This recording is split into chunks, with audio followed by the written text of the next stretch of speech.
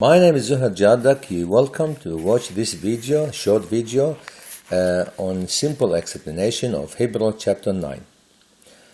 The first question is, were there any sanctuary on earth to God? We read from verse 1.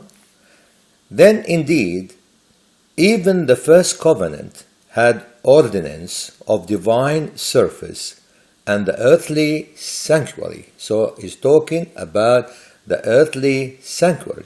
That sanctuary was revealed or God told Moses to build it according to the specification given to Moses by God.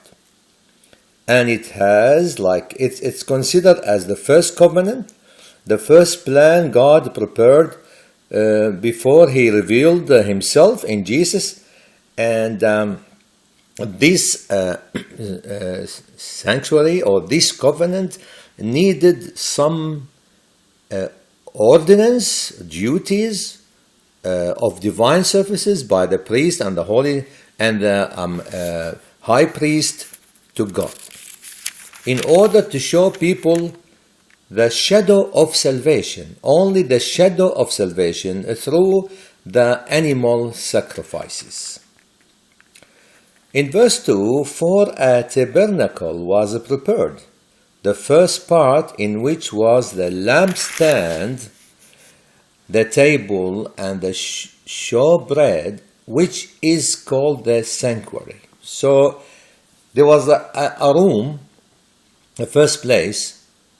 In the room there was a table which is coated by gold, and there was the lampstand which has seven branches for light to the priest when they go in, and it has on the table 12 showbread. They all represent Jesus. The showbread represents Jesus, which is the bread of life. And not the candles, but lampstands, they're from gold. And the light going out from them is a symbol of the Word of God. So it's all about blessing, which human being can get from God. But these are temporary blessing, because when the sinner goes to the priest and offer a sacrifice, the priest would go and shed the blood of the sacrifice of the animal on all these pieces in the sanctuary, and that's all the priest can do, and the sinner will feel all right about his conscience. He feel like he's cleansed, but only for a while. In verse 3, and behind the second veil, there is a veil in the middle between this room, which is the sanctuary, and the Holy of the Holy. The part of the tabernacle which is called the holiest of all, the Holy of the Holy. That's a symbol of God's presence of God. Now, in verse 4 it says, which had the golden altar of incense, that is like an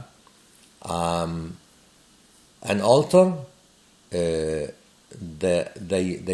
used to burn a nice material in it, which gives a beautiful aroma. It represents the burnt offering that Jesus offered to God to make God forgive the sinners and accept them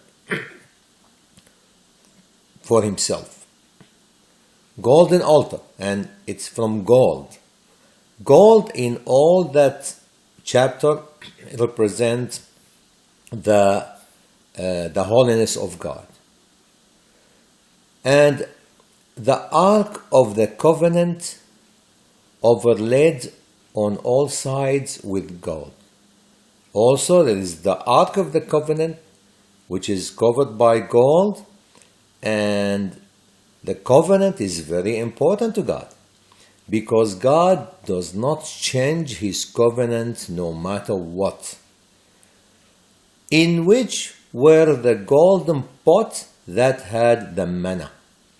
In the Ark of the Covenant, there was a pot from gold. Inside it, there was the manna which God gave to His people in the wilderness for food, and it was a symbol of Jesus.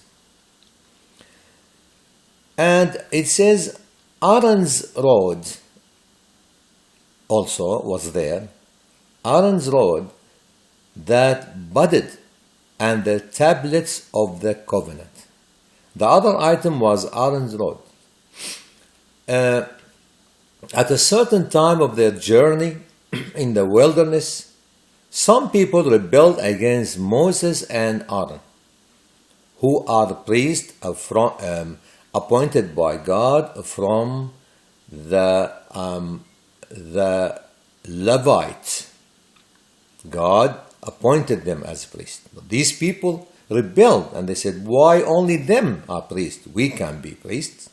So they want to abolish God's plan in that regard.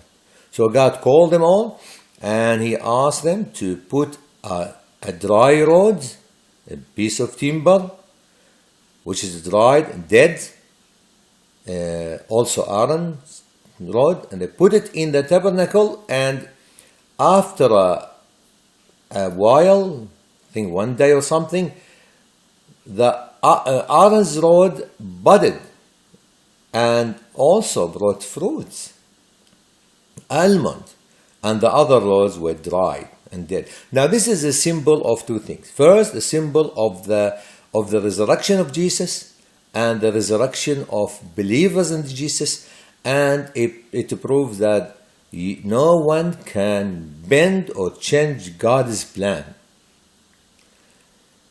In verse 5, and above it were the cherubim of glory overshadowing the mercy seat.